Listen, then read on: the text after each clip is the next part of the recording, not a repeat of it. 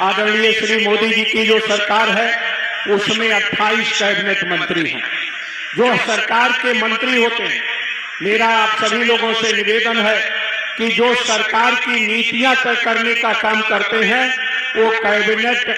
मंत्री होते हैं, मंत्रिपरिषद होती है, और जो मंत्रिपरिषद है वो कैबिनेट मंत्रियों के समूह से बनता है। उस कैबिनेट में 28 में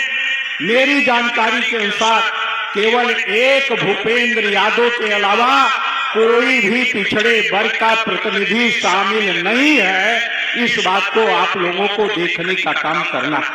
दूसरी तरफ उत्तर प्रदेश में आप लोगों ने देखा कि भारतीय जनता पार्टी की जो ताकत बढ़ी वो राम जन्मभूमि के आंदोलन से बढ़ी। जिन लोगों ने भी उस आंदोलन में, चाहे उमा भारती हो चाहे विनय कटियार हो, जिन लोगों ने भी उसमें बड़े पैमाने पर शरीक होने का काम किया, जब भारतीय जनता पार्टी की सरकार बन गई और चाहे वो माननीय कल्याण सिंह रहे हो,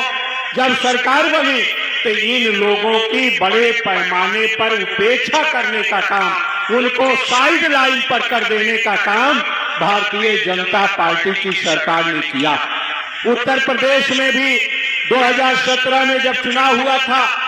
तो आगे आगे दूसरे लोगों का नाम था, और जब सरकार का नेतृत्व देने का काम किया गया तो पिछड़े वर्ग की घोर उपेक्षा करने का काम भारतीय जनता पार्टी की सरकार ने किया। आज जो मंत्री भी तमाम बना दिए गए, उत्तर प्रदेश में कई मंत्री हैं, लेकिन वो मंत्री कोई भी काम अपने विभाग का भी नहीं कर पा रहे हैं। उनका प्रमुख सचिव इस ढंग से बना दिया गया कि वो जो भी चाहते हैं, अगर एक चपरासी का ट्रांसफर भी चाहते हैं अपने विभाग में, तो वो पिछड़े के मंत्री एक भी करने का काम नहीं कर पा रहे हैं। दूसरी तरफ साथियों, यानी वो केवल दिखावा है, खिलौना है, और उनके पास कोई ताकत नहीं है। दूसरी तरफ जो आपको राजनीतिक लाभ मिलना चाहिए, भारत हमारा जो संविधान है, बाबा साहेब भीमराव अंबेडकर ने जिसको तैयार करने का काम किया, उस संवैधानिक अधिकार के तहत अनुसूचित जात के लोगों को आजादी के पहले से ही रिजर्वेशन मिला था। पिछड़े वर्ग के लोगों के संघर्षों के बाद, हमारे तमाम नेताओं के संघर्षों के बाद 1990 के बाद पिछड़े वर्ग को आरक्षण 27% मिला। 60% से ज्यादा की आबादी को, जिसके लिए डॉक्टर लोहिया ने नारा दिया था, पिछड़ों ने बांधी गांठ 100 में पावे पिछड़े 60, संसोपा ने बांधी गांठ 100 में पावे पिछड़े 60, यानी 100 में जहां 60 पिछड़ों की संख्या होनी चाहिए थी, वहां आज इस वर्तमान सरकार के रहते उत्तर प्रदेश के 34 राज्य विश्वविद्यालय हैं। 34 राज्य विश्वविद्यालयों में एक भी वाइस चांसलर पिछड़े वर्ग का नहीं है। प्रदेश का करीब 6 लाख करोड़ रुपए का बजट, उसको गांव-गांव तक पहुंचाने की जिम्मेदारी डीएम की होती है। उस डीएम की संख्या में भी 75 जिलों में केवल 13% पिछड़े वर्ग को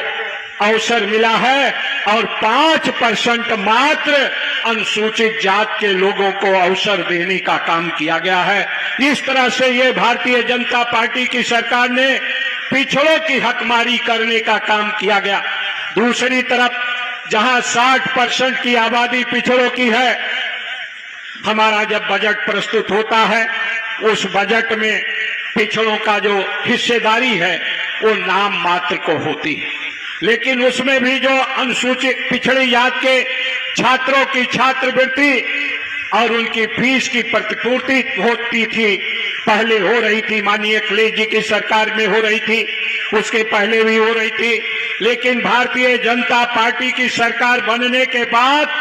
केवल 10 से 15% छात्रों को छात्रवृत्ति मिल पा रही है या उनकी फीस की प्रतिपूर्ति हो रही है, और उसके लिए मात्र 2100 करोड़ रुपया इस भारतीय जनता पार्टी की सरकार ने रखने का काम किया।